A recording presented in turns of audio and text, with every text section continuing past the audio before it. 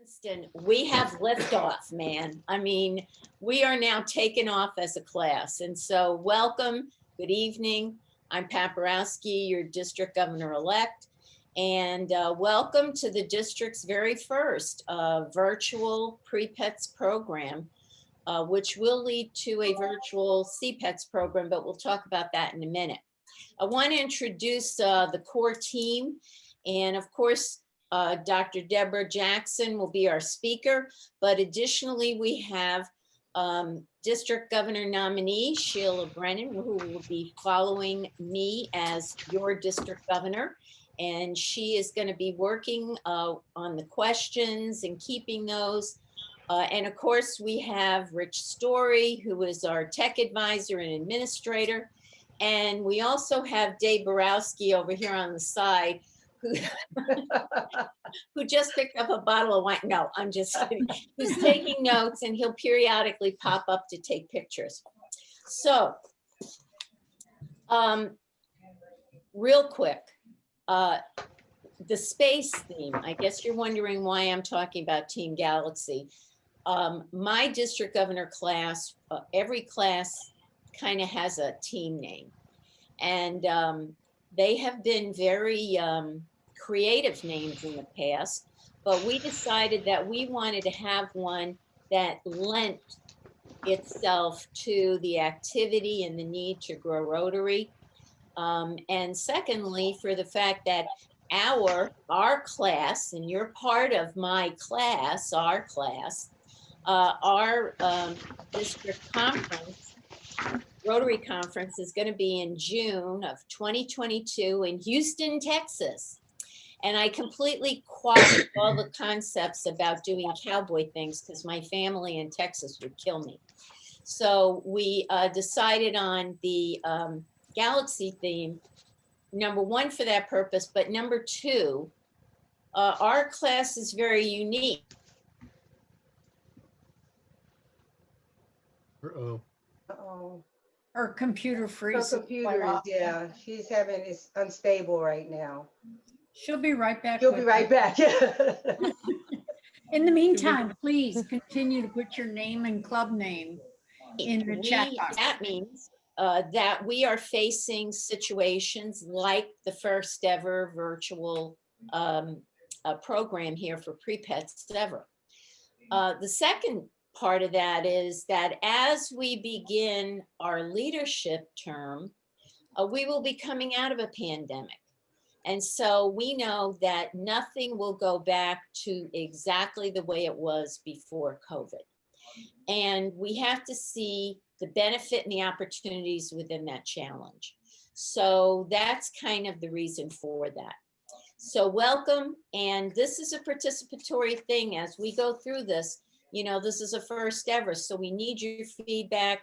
And what the Pre-Pets program does is we're introducing you to the concepts, to the tools, to the ideas, information about Rotary that you need to become a successful club president. And we want you, if you're a Agatha Christie fan, the little gray cells of Hercule Poirot, to have those get going so that this is your opportunity to think, to share. We get so involved in doing.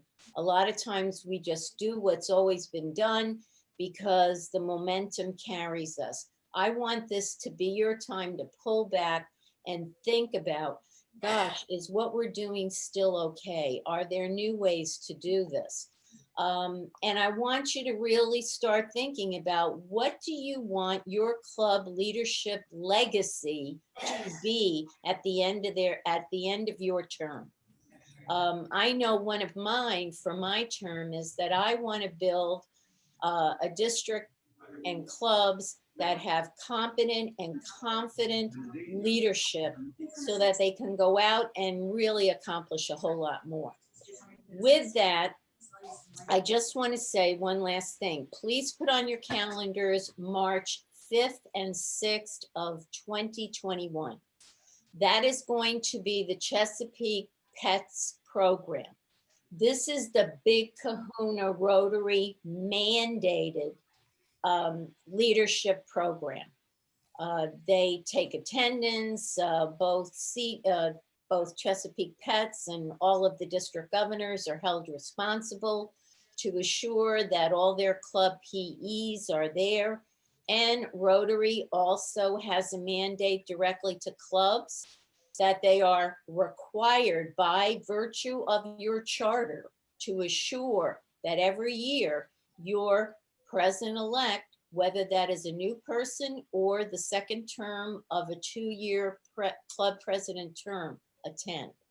So with that, you saw the introduction and welcome from District Governor Harry Henderson, who, as Renee said earlier, is at her club tonight. So he wanted to get that message to you. If you watched that, there was a little bit on leadership, some thought statements there for you. And without further ado, I want to hand over the program to Dr. Deborah Jackson, who is a great friend, a person from whom I learn every single time we talk. Take it away, Dr. Debbie.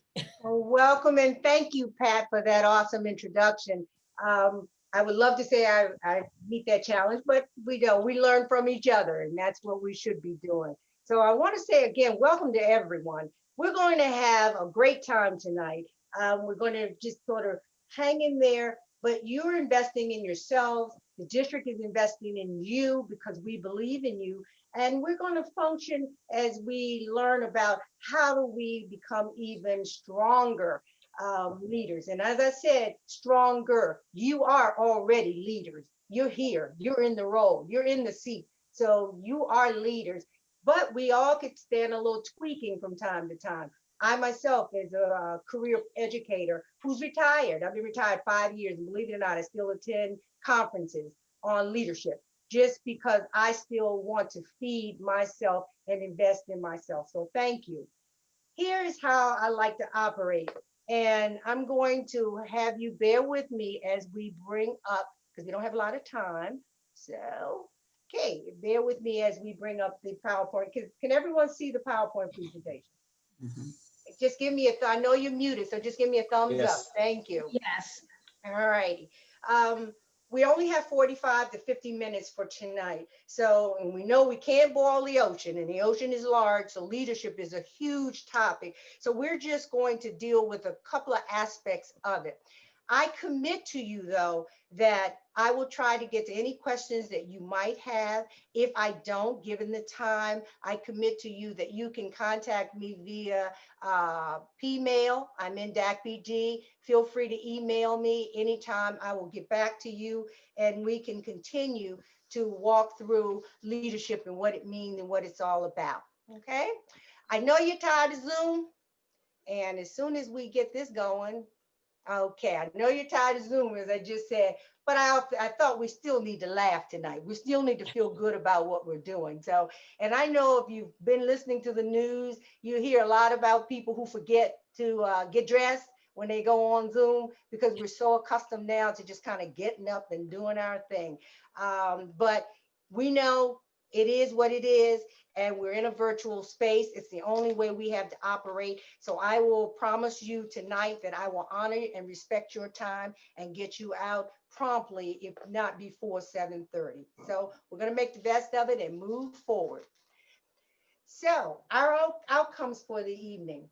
By completing Zoom Leadership Session 1 of Pre-CPETS Institute, and I say it's an institute because DGE Pat and the DG line is looking to the future. It's not about a one-stop shopping. It's not about let's start, let's stop. It's about a continuation. Leadership growth and development is a continuation. It's not something that happens today. We continue to grow based on our experiences that we have. But tonight we're going to recognize the qualities of leaders, examine the definition of leadership, review types of leadership, and we know that there are many, but we're only going to look at 2 tonight. Explore the impact a leader can have on an organization. So we know success deepens, and it depends a lot on the performance of the leader. So during your year as president, you will have an opportunity now to look at these areas and create value for your club and for its membership. Okay, you will be the one that will bring to that club the critical attributes that will allow the club to grow. You're going to provide the strategies needed. You're going to provide the value system based on your behavior. You're going to provide the passion so the club knows the goal, which way you're going, and hopefully they will agree to join you. Okay. So PG, Pat, and her line, as I said, and I are all excited about presenting a model of leadership excellence. So it's about that continuing investment in you. For a minute, I want you to, as soon as I can make this go forward, take a in the chat below, and I think everybody knows where the chat box is, just or at home on a piece of paper, marker, pen, whatever, napkin, whatever you want to record it on. But what I'd like for you to do very quickly is just write down what your definition of leadership is. And I'm not asking you to write a dissertation, just one or two sentences, brief sentences. What comes to mind when I just said, what is your definition of leadership? And the reason why I want you to do this, we're not even going to share out, all right? This will be your guiding principle for tonight's session, okay? There's no right or wrong answer. It's the leadership that's within you at this current moment. Because as I just said a little bit ago, we grow daily. Pat and I have conversations. I grow from her, listening to her and her leadership. I've grown from listening to our DG nominee, Sheila, and listening to where she wants to be and how to get there. We learn from each other. That's what makes cohort groups so unique and special, and you are part of a cohort. So if you just would jot down that, your principle of what is leadership, we're going to move on. Okay. Leadership begins early in our lives. Okay. We model from our parents, you know, what it is we want to see happen. And so it doesn't necessarily start. Like I said, I have grandchildren, but I also have 3 kids. And I just remember some of the things my kids would say and do, modeling just after my husband. Or I have people now that say they know my children based on what they say or how they behave based on mom. So we model very early in life. Then we move up. Leaders start when you graduate from high school and you hit college, you know, those undergrad years or the graduate years or professional schools, wherever you land, however you've gone through your jobs and your job performances, experiences that you've had, the promotions you've gained. These have started with you in your career. So that follows you, it contributes to your growth, but we all start as great followers. And then those qualities emerge. You're here because the district has seen something in you, because your clubs have seen something in you. They've seen an individual who seeks opportunities to learn. Even if you have to tell someone, well, I got here by default, that's okay, because that's learning, all right? They've seen an individual that acts with integrity. They've seen an individual that adapts to cultural differences and embraces the new meaning of the world that we live in. They've seen an individual that's committed to making a difference. They've seen an individual that's cooperative or collaborative in how you do business in the club. They've noticed these things, whether you know this or not, they have. They've seen an individual that brings out the best in people, not that turns people off, but makes people want to be, or makes people want to belong, or makes people want to follow. They've seen a person that's insightful, that sees things from new angles. I've seen more people in leadership roles emerge because of this pandemic, because they've had to reimagine what the world would look like, what their clubs might look like, what their organizations might look like, what their homes or families. How do we navigate this? This was something none of us were prepared for, yet we have found ways to grow in this setting. You will see qualities, or they've seen that have people that have courage to take risks. They've seen people in you that uses feedback, and you're not afraid of the feedback. You learn from your mistakes. Humility is probably the greatest gift or talent that one has to give.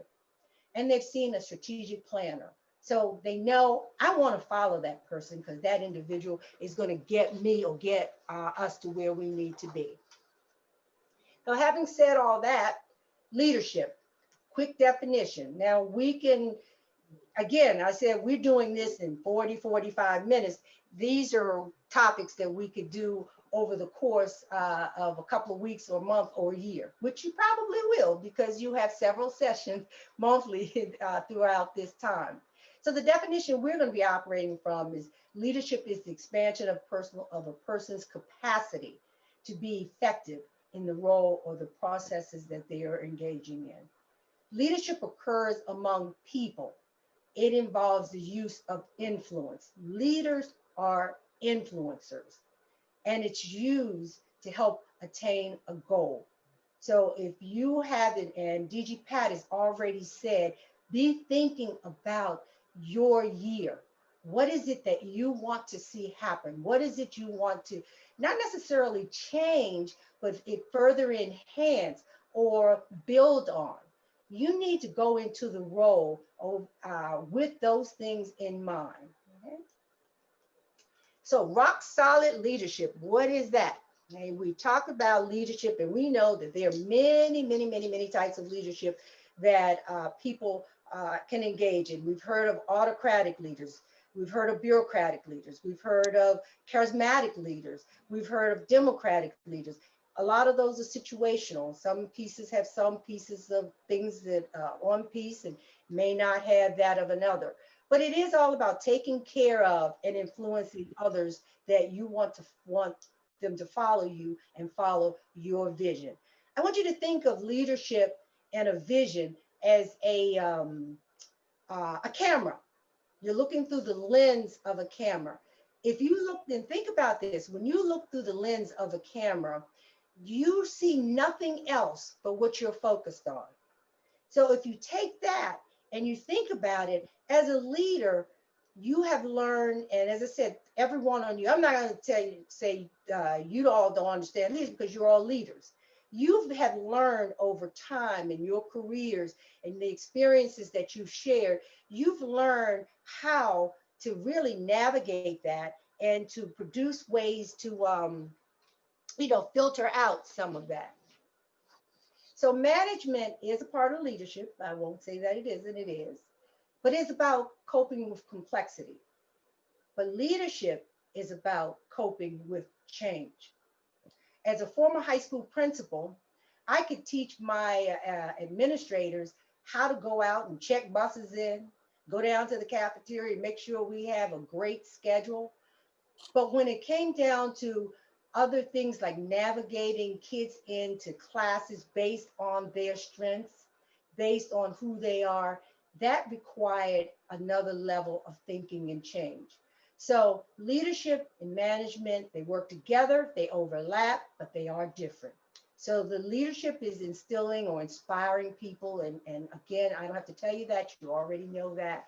Management is looking at those operations that you can be involved in.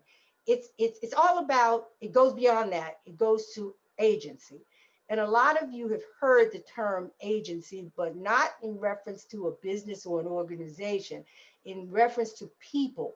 There's agency in people, how they operate based on who they are and what they bring to the table, okay?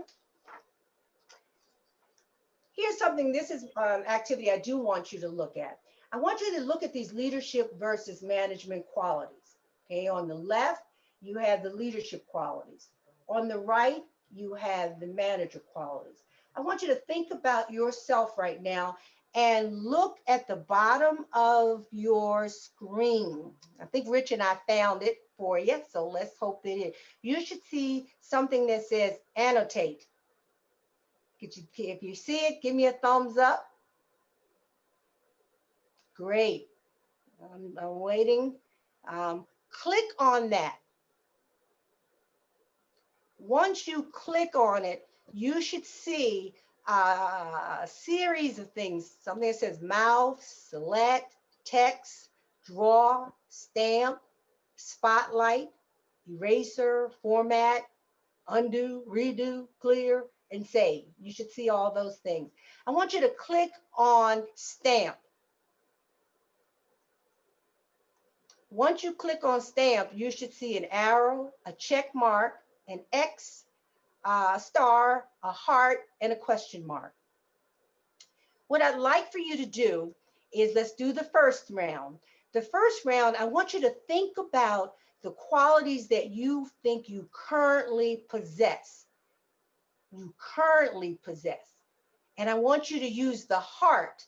Okay, click on it, click on the heart. And then once you click on that heart, you can go in either one of these lists and put if you click on, like I said, soul, there's my heart. Okay, Debbie, so yes, ma'am. people are saying that they can't see, I can't see it, and a number of other people have already said they can't see it. So is annotate at the top? It may be at the top, or is at the bottom? No, there's no annotate visible. Yeah, It's where, Amelia. where- If you go to view options, so across the top where there's the green part that says that you're viewing Deborah Jackson's screen, there's view options. On the right of that is a caret. Drop on the drop down arrow. That'll take you to where you can see annotate. It's second from the bottom. And that'll take you into that screen. So Are people again, what are we finding that supposed to now? do with the Are you all finding Amelia. it? If you go over to view options at the top of your screen, next to the green, there'll be a green bar that says you're viewing Deborah Jackson's screen. It'll say view options next to it. And there's a little arrow. If you click on that arrow, that'll drop you down to a drop down menu that one of the options there includes annotate. And from there, if you click on that, that'll give you the little, the bar, but it doesn't pop up automatically. You have to know where it's at. Can we please repeat the instructions after that point? So if you see the green bar to the view options, there's a little part that says green view options with a little caret there. And it'll drop down from there. It says annotate. Right, after annotate though, what? All right, what then would now, Deborah says? then Deborah pick up. Okay, after annotate, you go in and you should see something in there that says stamp. And when you click on stamp, you're going to get several options of things you can use, the heart, the check, the star. You see it, Denise?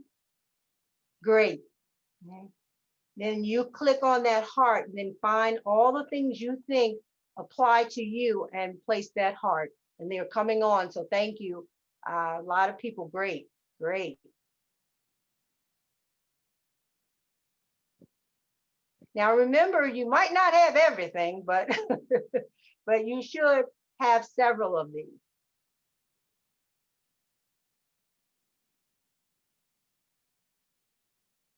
Wow, this is great.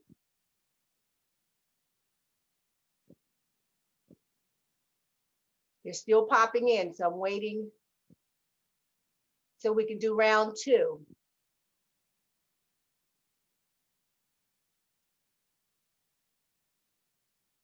Got a lot of soul, got a lot of innovators.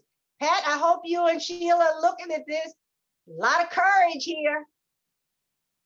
A lot of initiators, problem solvers, deliberators, right. Those that operate with rationale, consulting, great. I knew there were future district governors in this. There you go, in this group, right here. They're your leaders. Oh, yeah. This is awesome. Yeah.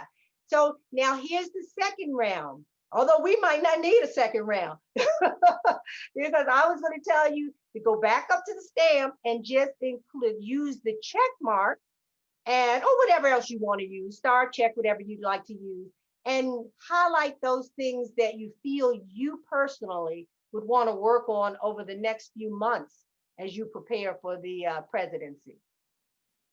So go back into stamp, pick up that check mark. Great. I see people. Yeah, you're looking at those things that you want to work on personally. You're two different people, so yours should not look like anyone else.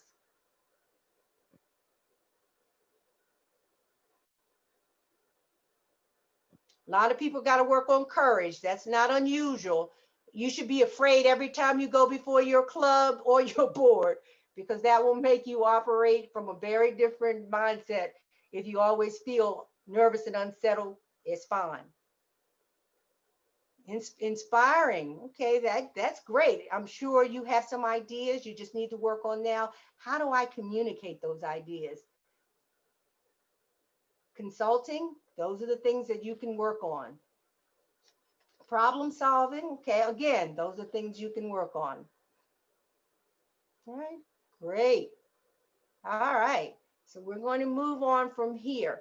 So you've used the tools, and if any of you have ever done Gallup, you know that much of what we see right here are in areas of strengths, in areas of talents that one has, your talents plus your skill set, all those kind of develop you further. So it's nothing wrong with either side of these. It's just some things get you where you need to be over time. Okay. Say, let me do. I guess we got to. Oh, I got to go back. Sorry. Guess we got to clear. Rich, can you clear my screen? Or Sheila, one of you. Yep. Thank you.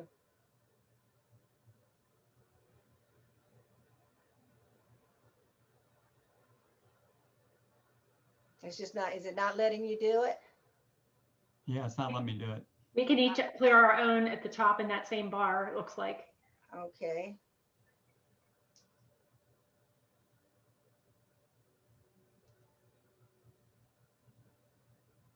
I'm just here, clear all. Okay, got it. I got it. There you I go. get it. Thanks. Thank you. So leadership philosophy. Leadership is about, we already said, influencing people, leading the learning of others. As a leader, you're not about just doing this work for yourself. You're doing it actually for others, those that you were coming behind. That's what good leaders do. Okay, managing the business of an organization. In this case, it would be the district. I'm sorry, the club, then the district. Servant management. Some people talk about servant as servant leadership. It overlaps, folks, but it is a management style. And then, of course, always managing yourself. The mistakes we make, well, we conflate leadership with position. We think that it's all about a position and not about the people that we serve or the people that we're dealing with. We ignore the importance of a leader, okay? And we treat it as some type of inorganic situation that people can do or not do, all right? It's an action, it's not a position. We all have inherently a sense of direction just based on our purpose in life when we think about that, okay? Because everyone here wants to do something or want to be a part of something great. Okay? You have ideas, and if you don't, you will by the time you're president.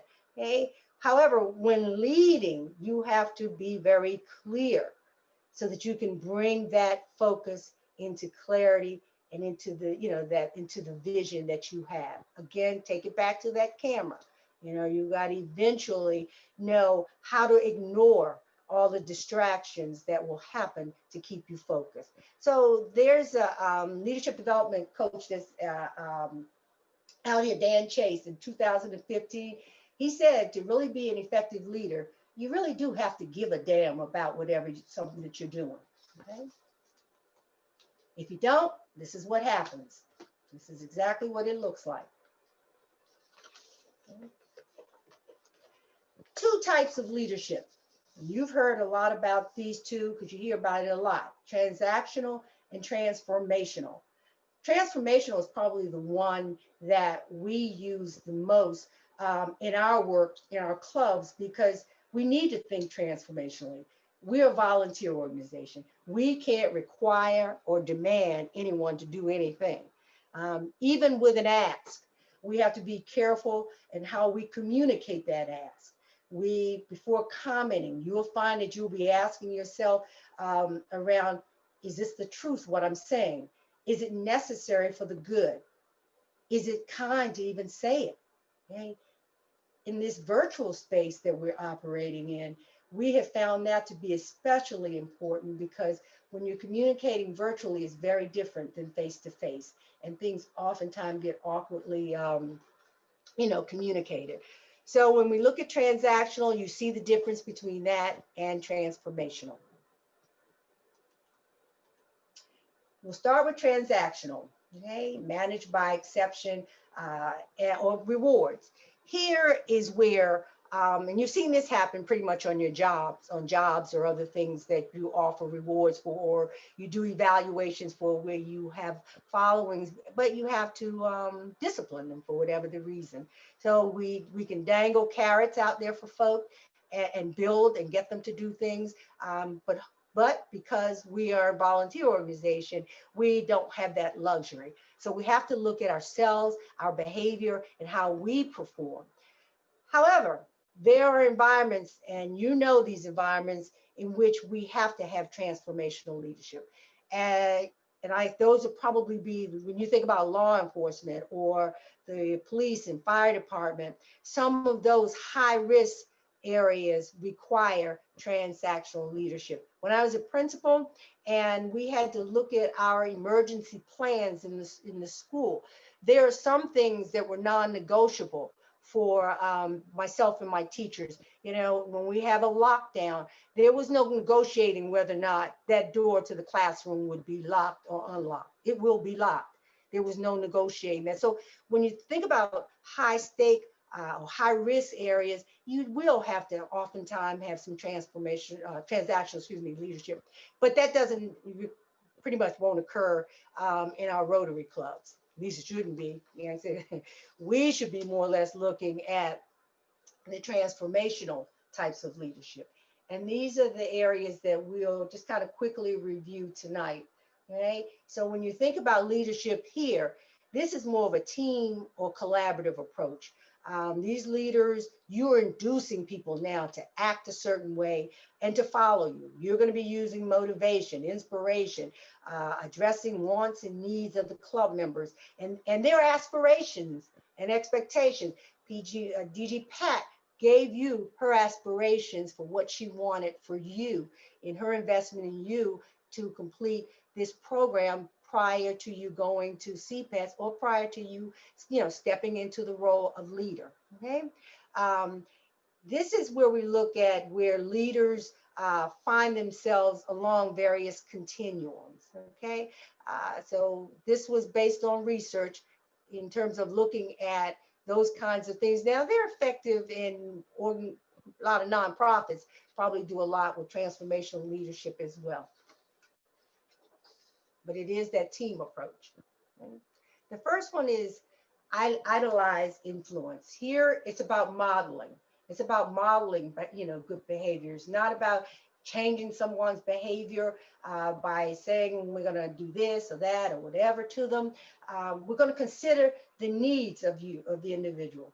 This is more of where we look at personal gain, self-sacrifice. I often hear some of my son-in-law, as I just said, who's active military, who talks about, and many of you who might be on this call who are active military, where I've always heard the joke about the leaders eat last. Well, believe it or not, that happens in education as well. For principals, we take care of our teachers, or we take care of our teachers so they don't eat the kids, so that really matters a lot. But you have to model and you have to put trust in place that these kind of things will happen. Inspirational motivation. This looks at vision and meaning and optimism. We hear this a lot. We went to the moon because of optimism. We looked at and meaning and a vision. Okay, it's a leader who knows the way they're going, how to get there, and then they show the way. John Maxwell, if you ever look him up, really does a lot in writing about this area. And I really have enjoyed some of his stuff. But it's about, and it's not even about the age, of an individual. We can follow a child. If the vision looks like it should be the right way to go. I've seen in this pandemic, young people throughout the country who have been practicing creating little food banks and serving meals and knowing that their colleagues are hungry, that food insecurity is the highest in this nation right now. But I've heard of young people right here in my own community. We hear the things that they are doing.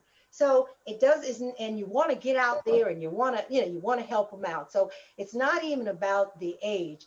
It is about what people do, their vision and the scope for which they have control, and you have control for now and of course in the future. You've heard over and over again about Abraham Lincoln or Susan Anthony or Sojourner Truth or Martin Luther King or John Lewis. You've heard about many of these individuals and their visions that have shaped this nation. Paul Harris, who have shaped this nation to what it is today.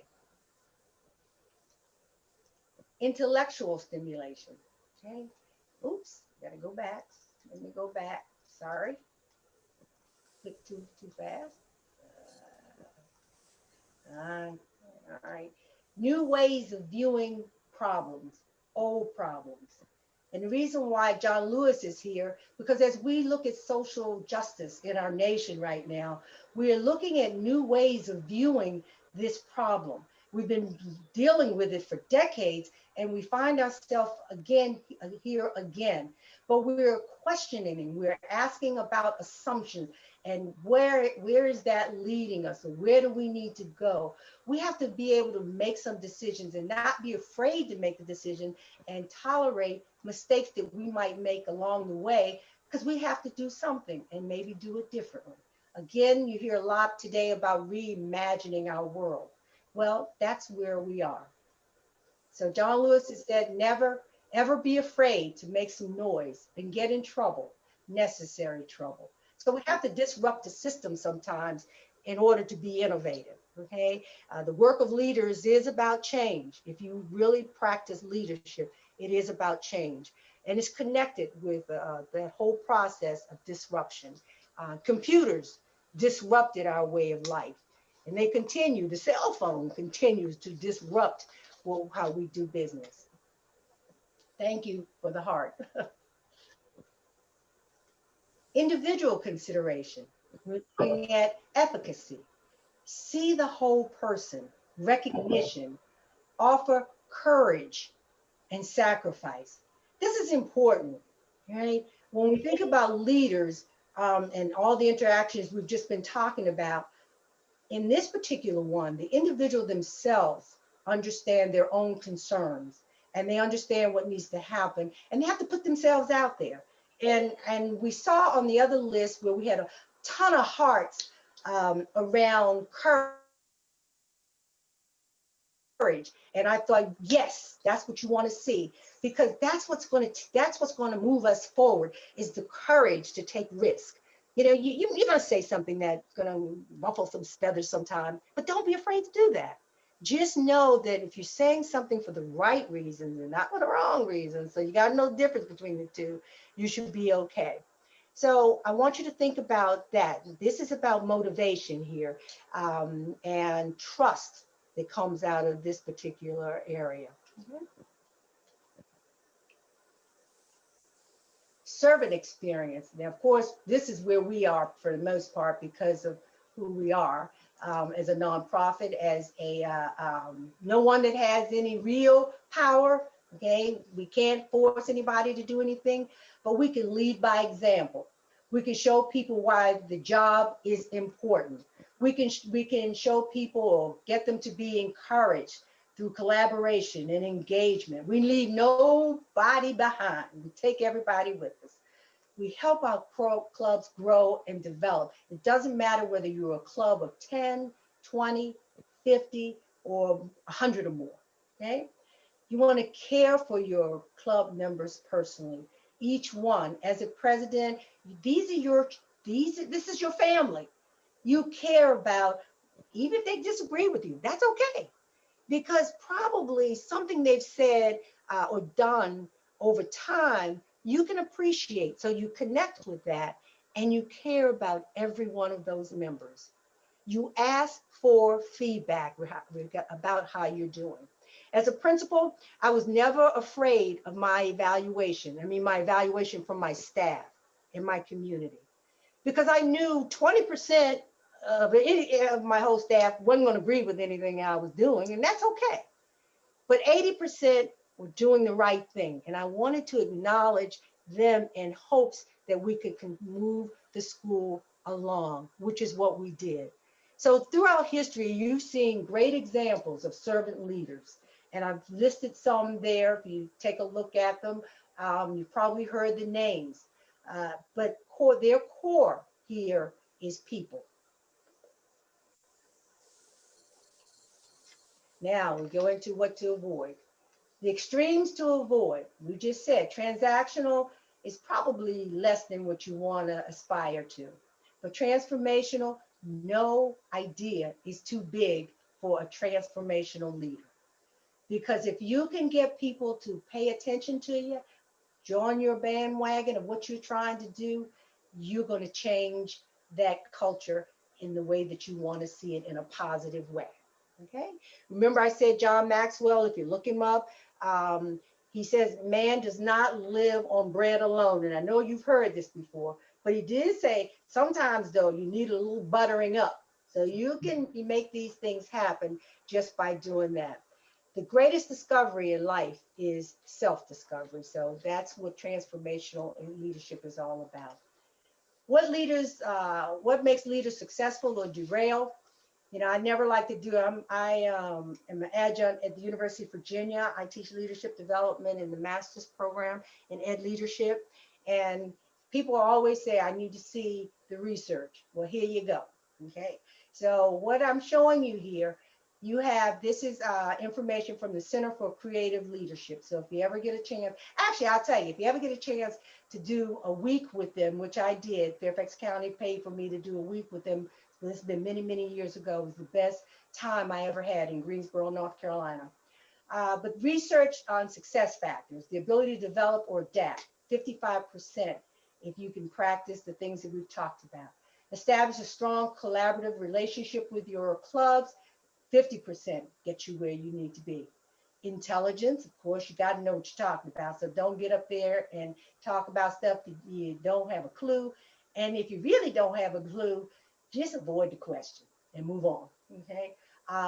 Because we got a lot of bright people in our clubs. They ain't gonna know that you're not saying the right thing, all right?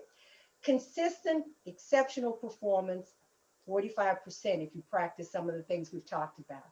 Strong communicators, 45% of success. Strategic and visionary, so you have a plan. You know, you just don't go in and try to wing it. You know, go in, you have several months ahead to develop what you want to have happen. That's 40% of it.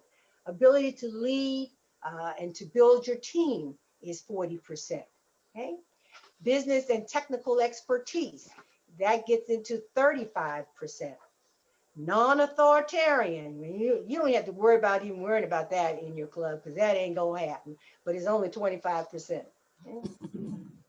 Willingness to take risk is 25%. Ambition is 15%. Integrity is 15%.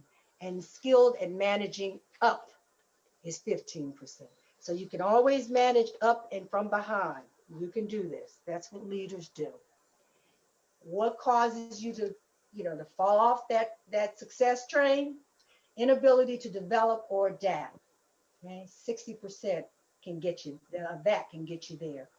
Poor working relations with people, inability to build and lead a team. I just got to do this work myself. I'm gonna tell you what to do, and we're gonna get this done. That don't work. Poor performance, just in general, you're just not making it happen. Authoritarian, too narrow, okay? Too ambitious, not prepared for that promotion on the job. Conflict with upper management. There's a difference between managing up, all right, and then telling your boss what you need to do or what they need to do. Okay? Oops, sorry. If I could just keep my hand off the mouse. Barriers to change and development. I'm just giving you a list of those things right now.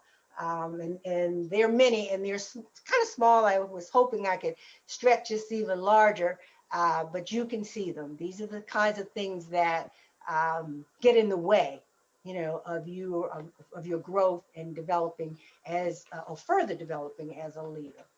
Okay, I'll just stay there for a couple of seconds just to kind of let you kind of peruse through some of them. If you're like me, you have to put your magnifying glasses on to see it. And I understand, and I apologize. Okay. Percentage of events where capacity building occurs, 17% of it occurs anywhere. It could be in McDonald's or the grocery store. Okay. 22%, is learning from others. That's where you are right now in this session and the sessions to come. Right? 27% you involved in challenging assignments on the job or the presidency of your club. That's pretty challenging, right? 30% are hardships, and things happen to us in life where we learn lessons from. And out of those lessons, oftentimes come growth. So those kinds of things do happen. So you need to, as Robin Crow, who's another author that I love to read his stuff, to exceed the expectations of others, we must first raise expectations of ourselves. This is about your learning. We have 38, I had to look through my magnifying glass. We have 38 people on this call tonight learning from each other. Okay? So where does that take us? It takes us to the end. Are leaders born or made? That's the age-old question we've heard for many, many years. I like Paul Harris because he kind of talks about it in his quote. If Rotary is to realize its proper destiny, it must be evolutionary at all times. So that means that we can develop ourselves and each other. The unexamined life is not worth living. And you've all heard that from Socrates. So my best to you always on your leadership journey. Remember, and I like to think of this all the time, the stars can't shine until the sun goes down. So get out of your own way and open yourself up to new learning and growth opportunities. I want to thank you for allowing us to learn together. And another one of my favorite authors, because I'm a former history teacher, I used to look at Sarah Fall's work on battles because I taught American history. The very exercise of leadership fosters capacity for it. So if you can conceive it, you can achieve it. So I want to thank you, and I look forward to seeing every one of you. And my dates are wrong because I have March 4th through the 7th, and Pat just confirmed it. So don't use my dates, use hers, which is the 5th and the 6th. So thank you. Deb, we have one question for you in the chat box. Okay. Will these slides be available after the training? Absolutely. I'll just take out my family because I know you don't want to keep looking at my cheering, as my grandma used to say, and my family, but I will remove that slide, and the rest I have no problem with. I don't know where, Pat, would you post it? I don't mind it being out there. I just don't know where we post it. It'll be on the CPETS. We can put it on the CPETS website. Okay, Yeah, there you go. just, Deb, just give them to me and we will post them on the district resource page. You can put them on the CPETS thing, but I think right now, Yeah, the district resource we're page. having everybody come to the district because it'll be too confusing otherwise. That's true. And like I said, I don't mind, this is about our growing together. So I share with you, and feel free, as I've said earlier, I'm committed to you. If I can help you in your clubs as you move along your journey, I'm definitely there to support you in making your presidency the success it can be. And I know it is. And I want to thank you. And again, I congratulate each one of you and salute. And this is my salute. It's a South African thing, okay, to each one of you for your careers and your leadership. So thank you. We do have time for some questions. Did you put them, if you put them in the chat box or you think of something afterwards, please share the questions with us, because we do want to create for you an FAQ from each of the Zooms that will also be in your resource center, so you can continue to learn from one another. I just want to say, Debbie, thank you so much. You know, I know that many of us on this call have, in fact, probably all of us on this call, have been involved in leadership programs. And generally speaking, whether you're doing that at your office, which is generally the circumstance, or you're doing it in a master's program or something, unless you're going specifically for an education degree, 99% of the time they're speaking corporately. And the thing, of course, I always learn from Dr. Debbie is when we are in Rotary, we do not have the luxury, maybe I'd call it the constraint of the corporate world, where people are influenced by good job reviews and getting salary increases and being promoted and et cetera, et cetera. Everybody in Rotary is a professional in their own right. And so the issue is, when you're in a genuinely volunteer organization, and particularly when it is one of all professionals, there is a different way you have to engender group and collective action. And particularly when you are involved in transformational leadership. And that brings us to next week's topic, which is going to be leading change. And I would say leading transformational change in Rotary. We transform as Rotarians the lives and communities of people every single day. We build roads we'll never walk on. We build bridges we'll never cross. And we do that because we know it's the right thing to do. I want us as a leadership group to take that ability, that transformational soul that we have, why we are in Rotary, and be able to turn that into our clubs and say, look, Rotarians, we need to get together and use that spirit within our club to continue to solve the challenges we see, to keep moving forward with more innovation and certainly fundamentally membership growth. And my last comment is, Rotary is all about legacy. We do the things we do because we believe in sustainable change makes a better future. If we genuinely believe that, then it is our obligation to make sure that there are Rotarians coming in behind us that will pick that spade up, that will pick that road up, and continue that through generations. That's our job. So with that, unless anybody else has any questions, I thank you for being here. It is inspiring, and we'll have more conversation in our next Zoom because it's going to be a little more interactive, all right? You'll get your information on the program on the 10th. We will have our next Zoom on the 22nd. And if you know anything about me, I start on time, and good night, we leave on time. Thank you very much, and see you.